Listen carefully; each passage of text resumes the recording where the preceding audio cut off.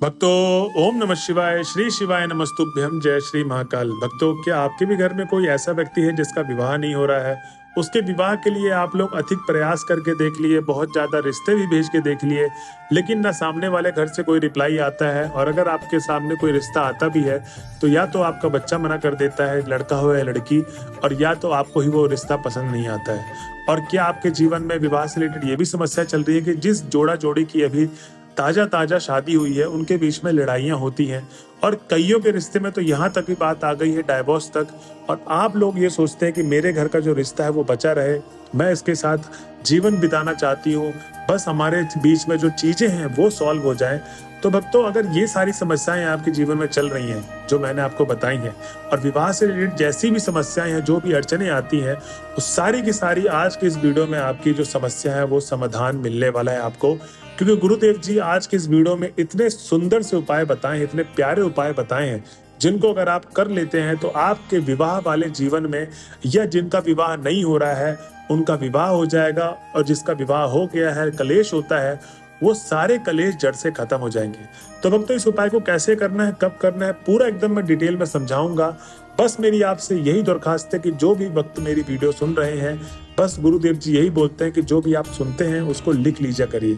इसके पीछे कारण ये है क्योंकि भक्तों ये जानना आपको बहुत जरूरी है, क्योंकि ज्यादातर भक्त यही बोलते हैं कि गुरुदेव हम लोग बहुत सारे उपाय करते हैं लेकिन हमारी जो मनोकामना है वो पूर्ण नहीं होती।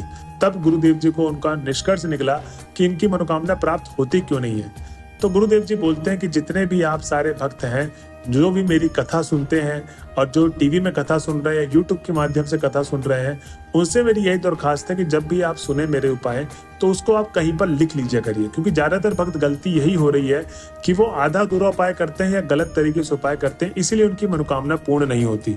तो भक्तों, आपको भी गलती नहीं करनी है, इसलिए मैं कह रहा हूँ, आपसे गुजारिश कर रहा हूँ कि आप 7 से 10 मिनट दे रहे हैं और आपके जो समस्या है उसका मैं भी चाहता हूँ कि वो हल हो। इसके लिए आपको वो उपाय लिखना पड़ेगा, क्योंकि जब भी आप उपाय करने जाएं तो उस चीज को देख लें और सारी चीजें स्मरण हो जाए कैसे कैसे करना है और किस ढंग से करना है जिससे आप गलती ना करें और आपकी मनोकामना पूर्ण हो। तो चलिए चलते हैं उपाय की तरफ। उससे पहले जो भी कोई हमारे चैनल में पहली बार आया है और मेरी आवाज पहली बार सुन रहा है तो चलो कर ले सब्सक्राइब और बेल नोटिफिकेशन को भी ऑन कर ले, जिससे गुरुदेव जी की आने वाली आपको अपकमिंग वीडियोस मिलती रहे। ठीक है भक्तों। अब भक्तों, सबसे पहले तो आपको करना क्या है इस उपाय में, ये उपाय चाहिए आपको सोमवार के दिन। जी हाँ भक्तों, आप किसी भी सोमवार के दिन इस उपाय को आप कर सकते हैं। इस उपाय में सबसे पहले तो आपको चाहिए शमी पत्र का पेड़। अब भक्तों, बहुत सारे भक्त बोलेंगे कि गुरुदेव हम शमी पत्र का पेड़ कहाँ से ढूंढे, हमारे घर के आसपास तो है ही नहीं। तो चिंता मत करिए, जिनको शमी पत्र का पेड़ नहीं मिल रहा है वो भोले बाबा के मंदिर में जाएं और वहां के जो पंडित होते हैं, पुजारी, उनसे आप पूछे, आपको भोले बाबा के मंदिर के आसपास शमी पत्र का पेड़ मिल जाएगा। ठीक। अब शमी पत्र के पेड़ में आपको ये उपाय करना है और मैंने दिन बता दिया, सोमवार का दिन। मैं समय बता देता हूँ ये उपाय कब करना है। किसी भी ब्रह्म मुहूर्त के समय पे आप कोई भी उपाय को कर सकते हैं। ब्रह्म मुहूर्त के समय से आप सुबह की 6 बजे तक और शाम को 6 से 8 बजे के बीच में कोई भी उपाय आप कर सकते हो। तो सेम ऐसे ही इस उपाय को भी आप ब्रह्म मुहूर्त से सुबह 6 बजे तक और शाम के 6 से 8 बजे तक इस उपाय को कभी भी कर सकते हैं आप। अब इस उपाय में सामग्री क्या क्या चाहिए उसको आप लिख लें। सबसे पहले तो आपको चाहिए आधी कटोरी हल्दी, थोड़ी सी मिठाई और 1 लोटा जल। 1 लोटा जो जल होगा वो पीतल के लोटे में होना चाहिए। आपको जो लोटे में जल भरना है वो घर से भर के लेके जाना है, और जब आप घर से भर के 1 लोटा जल लेके जाएंगे तो उसमें 2 बूंद गंगा जल का जरूर डाल लें। किसका? 2 बूंद गंगा जल का डाल लें, और ये तीनों सामग्री लेके सीधा चले जाएं आप शमी पत्र के पेड़ के पास। भक्तों, सबसे जरूरी बात एक चीज और है कि ये उपाय वही व्यक्ति करेगा जिसका विवाह नहीं हो रहा है। जिनका विवाह नहीं हो रहा है और जिनका विवाह हो गया है, जो अपने शादी को बचाना चाहते हैं, उनको ये उपाय करना है। ठीक। उनकी माताएं या उनको कोई भी फैमिली मेंबर नहीं कर सकता, उन्हीं को उपाय करना है। इस चीज का सबसे ज्यादा आप ध्यान दें। अब भक्तों, आपको चले जाना है सीधा शमी पत्र के पेड़ के पास। अब जब आप शमी पत्र के पेड़ के पास पहुंच गए तो सबसे पहले तो आप जो हल्दी लेकर गए हैं, हल्दी को आपको लेप बना लेना, मतलब पानी थोड़ा सा डाल उसको गीला करके घुमा ले। और अब करना क्या है कि जो लड़का या लड़की जिसका विवाह नहीं हो रहा उसके दोनों हाथों में आपको हल्दी लगा देना है। ठीक।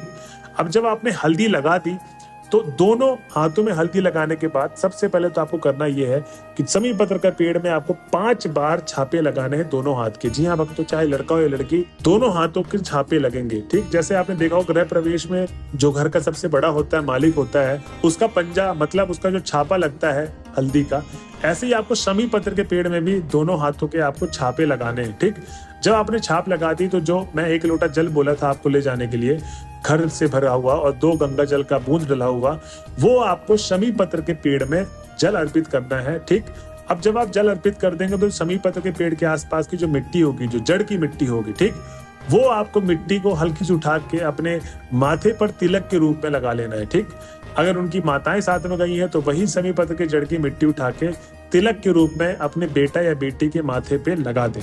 अब भक्तों, जो मैंने आपको बोला था कि मिठाई भी आपको लेके जाना, तो उस मिठाई का करना ये है कि जब आप ये उपाय कर लेंगे तो जिस लड़का या लड़की का विवाह नहीं हो रहा है या जिसके जीवन में बहुत ज्यादा कलेश है शादी से रिलेटेड, उस व्यक्ति को वो मिठाई वहीं के वहीं खा लेना है। ठीक, इसीलिए मैंने बोला था 1 से 2 पीस आप लेके जाएं और उस व्यक्ति को वहीं के वहीं उस मिठाई को खा लेना है।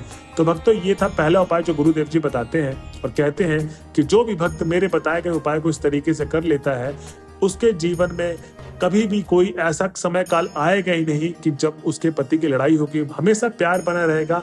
और जिस व्यक्ति की विवाह नहीं हो रहा है, बहुत ज्यादा समस्या में है, उसकी एज बढ़ती जा रही है, 30 से 32 साल का हो गया, चिंता सताई रहती है, वो भी आपकी जड़ से समस्या समाप्त हो जाएगी और उस व्यक्ति की शादी अगले लगन तक फिक्स हो जाएगी।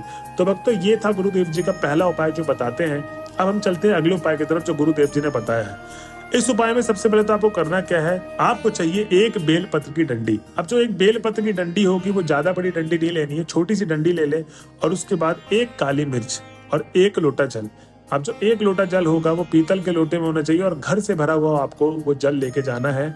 अब सीधा चले जाना है आपको महादेव के मंदिर पे। भक्तों, गुरुदेव जी कहते हैं कि जब आप महादेव के मंदिर में पहुंच जाएंगे तो आपको 7 से 10 मिनट भोले बाबा की आराधना करनी है। ठीक है, कितने मिनट?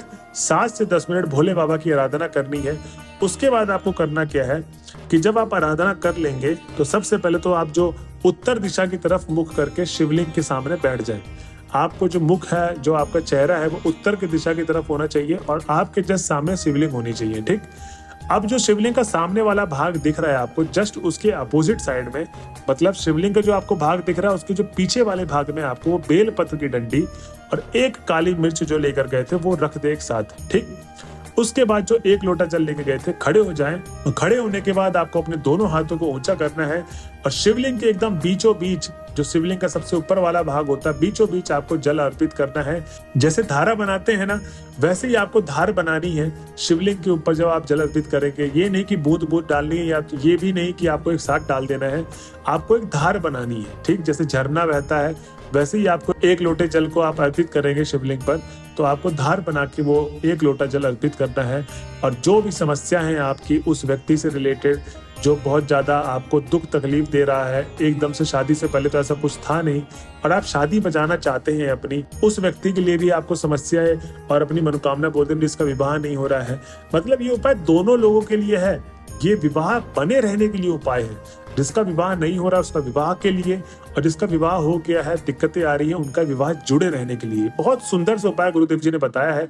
और भक्तों, ध्यान रहे कि जो दूसरा उपाय गुरुदेव जी ने उन लोगों के लिए बताया है, क्योंकि बहुत सारी माताओं ने बोला था कि हे गुरुदेव, हमको ऐसा भी उपाय बताइए जो हमारा बच्चा साथ में नहीं रहता है, तो हम उनके लिए क्या कर सके। बाहर विदेश में पढ़ता है या आप किसी दूसरे सिटी में रहता है, साथ में उपाय नहीं कर सकता, तो गुरुदेव जी ने दूसरा उपाय बताया कि उसमें उनकी माताएं भी इस उपाय को कर सकती हैं। तो भक्तों, ये था आज का उपाय। अगर आपको वीडियो पसंद आई हो तो श्री शिवाय नमस्तुभ्यम लिखना ना भूलें। मिलते हैं अगले वीडियो में, जब तक के लिए बने रहे हमारे चैनल में। हर हर महादेव।